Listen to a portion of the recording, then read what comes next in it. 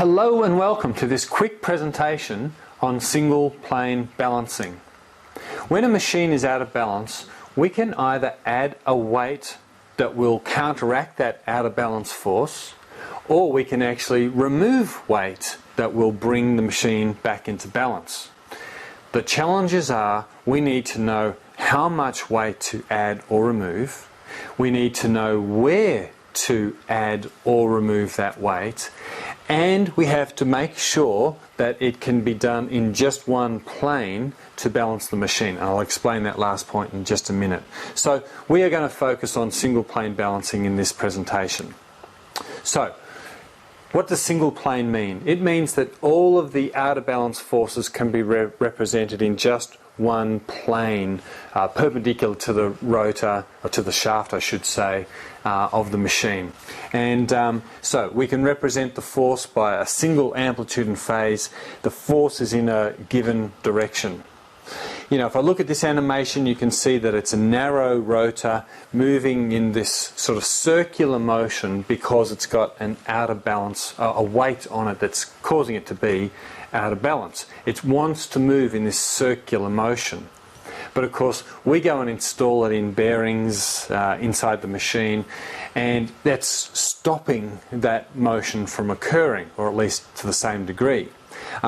With the clearances in the bearing and so on, it will move. The whole structure might give, just depending on how strong the out of balance forces are.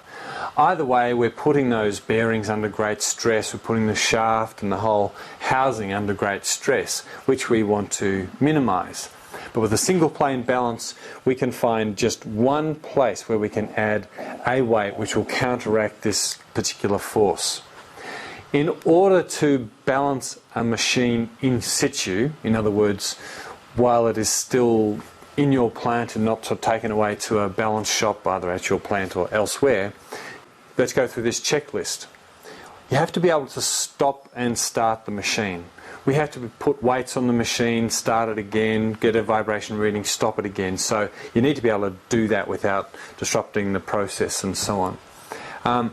You need to be able to add balance weights to the machine. There must be a place to install these balance weights on a rotor somewhere that will enable you to do the balance. Therefore, you must be able to gain access in a safe manner to the machine to add these weights and to do these tests. You must be able to control the speed of the machine. In other words, the speed must not vary during your tests. The amplitude and phase readings must be steady during the test. Some machines, the amplitude and phase will sort of vary.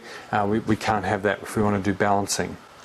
And of course we need a way to measure the vibration, measure the phase, and to do the calculations and so on. Let's just go through a quick summary of how this process works. Basically, we take an original set of vibration readings, typically in the horizontal axis of the machine, just the one reading of amplitude and phase. Now, different balance programs give you some additional options, but I'll just go through the simple process. We take an original amplitude and phase, we stop the machine, we put a known weight onto the machine at a known position, and we run the machine again, and we measure the vibration and the phase again, and we can see how that vibration and phase has changed, how it has been influenced by the addition of the trial weight. Then, either using polar plots and polar graph paper and all this business, or using your vibration analyzer, we can calculate where that weight should be moved and how much weight should be added or removed in order to balance the machine. We would then normally take another vibration reading and make sure that the amplitude is low enough. Hopefully you've got some sort of recommendation which says, well, when the vibration is below this level, the balance job is done. But there are also ISO standards that tell you, how to know whether the balance job is done.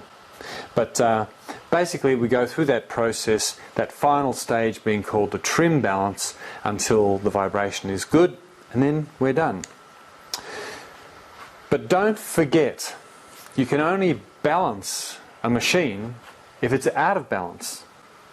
There are a lot of times when a machine can have high vibration for all sorts of reasons, and people sometimes jump to the conclusion, oh, a lot of vibration, balance it. Even if you determine that the unbalance, or the high vibration is at 1x, it could be there because of looseness, resonance, misalignment, bent shaft, eccentricity. There's probably other ones I've forgotten. You've got to make sure it's out of balance, because you can sit there and try to balance all you like. You won't balance out a misalignment, for example. You can try to balance out the forces due to eccentricity, but when you put the belts back on, it's still going to vibrate like crazy. So make sure it's out of balance. And please take care of safety issues. Hopefully in your plant you've got all the guidelines of how to make sure the machine cannot start. But consider, if the machine tripped and went offline for that reason, can it come back online while you're working on it? What happens if there's airflow or something like that? Could the machine start spinning again while you're working on it? You need to make sure of safety, because accidents do happen, even in plants where safety is taken very seriously, and they think all the precautions have been taken. So let's look at how you do a balance with our handy balance simulator. Now, we could talk about these vector plots and using the polar plate paper and all that jazz, but we'll just keep it simple in this quick presentation. What I'm going to do is go through the process of balancing this rotor.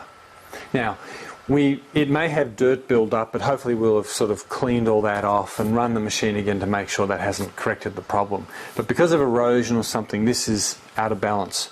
Now, even though there might be erosion on different blades, all that unbalanced force can be represented in one direction by one amount, and we have to find that out. So what we'll do is we'll run the machine.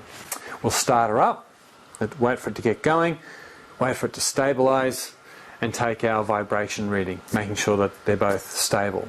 And we record that amplitude and phase. And if you've got any one of the modern analyzers with a balance program inside, it'll remember that. And then we stop the machine, we put a trial weight on. Now, where we put it and what size of trial weight is really for another discussion. It is very important, and I've got some notes on the issue of trial weights in just a moment, but it is very important that we influence the vibration sufficiently when we put the trial weight on. But we'll put a trial weight. Okay, that's a pretty big trial weight. I wouldn't recommend putting something quite so big, but it's just an animation so we can get away with that stuff. We put a trial weight on, we note down what mass it was in ounces or grams, we note where we put it, we start the machine, and we make sure we put the weight on safely and so it won't fly off and cause damage or injury. And we take another vibration reading. And now we know what the original unbalanced force, amplitude and phase was. And now we know what the effect is of adding a weight. So the combined forces due to the unbalance that was originally there and the trial weight, we've now measured that.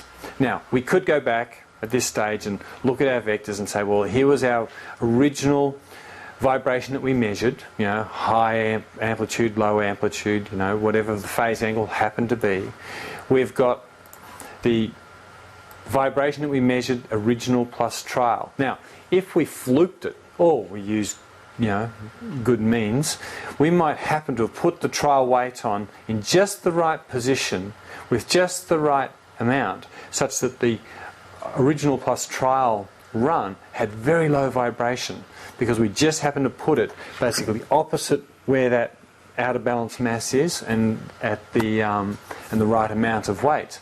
And with some balance programs, you can actually do that. When you come to balance the machine a second time, you can say, hey, remember those influence coefficients?